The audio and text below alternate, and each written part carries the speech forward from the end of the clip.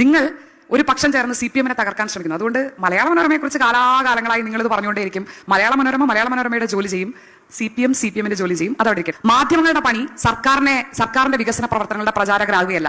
അത് ചോദിക്കുന്നവരുടെ പ്രശ്നമാണ്, കേരളത്തിലെ മാധ്യമങ്ങളുടെ പ്രശ്നമല്ല. ഇടതുപക്ഷത്തെ ഇല്ലായ്മ ചെയ്യാം. മാധ്യമ ലോകത്ത് നിന്നാണ് അതിന്റെ പ്രധാനപ്പെട്ട ചരടുവലി നടക്കുന്നത്. മലയാള മനോരമയാണ് അതിന്റെ ആണിക്കല്ല്.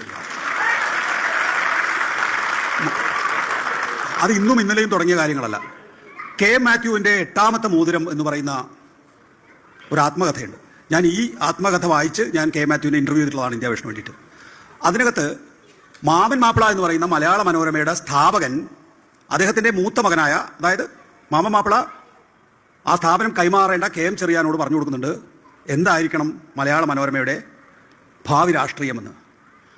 അതിനകത്ത് വളരെ വ്യക്തമായി പറയുന്നുണ്ട് കമ്മ്യൂണിസ്റ്റ് പാർട്ടി എന്ന് പറയുന്നത് നമുക്ക് ഒരിക്കലും അംഗീകരിക്കാൻ കഴിയാത്തതാണ്, അത് സർവനാശത്തിനാണ് എന്ന് പറയുന്നുണ്ട്. അതും പോട്ടെ, കെ മാത്യു എങ്ങനെയാണ് എഡിറ്റോറിയൽ വിഭാവനം ചെയ്തത് എന്ന് പറയുന്നുണ്ട്. ഇത് എങ്ങനെയാണ് നമ്മുടെ സമൂഹത്തിന് ദോഷകരമാകുന്നത് കമ്മ്യൂണിസ്റ്റ് പാർട്ടി എന്ന്. അതുകൊണ്ട് നമ്മൾ ഓരോ ദിവസം കഴിയുന്തോറും ഇതിനെതിരായിട്ടുള്ള എതിർപ്പ് ശക്തിപ്പെടുത്തണമെന്ന്. പുസ്തകത്തിലുള്ള വാചകങ്ങളാണല്ലോ, മാമൻ മാപ്പിള പറഞ്ഞതാണല്ലോ, KM ചെറിയാനോട് പങ്കുവെച്ചതാണല്ലോ, കെ മാത്യു അത് സ്ഥിരീകരിച്ചതാണല്ലോ അദ്ദേഹത്തിന്റെ പുസ്തകത്തിൽ. ഞാൻ അതല്ല ഇപ്പോൾ പറയാൻ പോകുന്നത്. അപ്പോൾ കേരളത്തിലെ മാധ്യമങ്ങളെ സംബന്ധിച്ചിടത്തോളം ഇടതുപക്ഷം ഉണ്ടാകാൻ പാടില്ല എന്നത് സംബന്ധിച്ച് കൃത്യമായ ആസൂത്രണത്തോടുകൂടിയുള്ള പദ്ധതി നടപ്പാക്കുന്നതിനുള്ള ഉത്തരവാദിത്തമാണ് ഏറ്റെടുത്തിരിക്കുന്നത്. അതിന്റെ ആണിക്കല്ലാണ് മലയാള മനോരമ എന്ന് ഞാൻ നേരത്തെ പറഞ്ഞു. നമുക്ക് നേരത്തെ ഓമനക്കുട്ടന്റെ കാര്യം പറഞ്ഞു. ആ മാധ്യമങ്ങളുടെ വെമ്പലുണ്ടല്ലോ, ഒരു CPM-കാരനെ കിട്ടി 20 ഉറുപ്പ്യക്കാണെങ്കിൽ 20 ഉറുപ്പ്യക്ക് എന്ന് പറയുന്ന ആ വെമ്പലാണ് യഥാർത്ഥത്തിൽ ഈ പറയുന്ന ഓമനക്കുട്ടനിലൂടെ പുറത്തു വന്നിരിക്കുന്നത്. മുണ്ടക്കൈ ചൂരൽമല ദുരന്തത്തെ തുടർന്ന് കോൺഗ്രസ് പാർട്ടി 2 വട്ടം പിരിച്ചു. 2 വട്ടം 138 ചലഞ്ച്, 139 ചലഞ്ച്.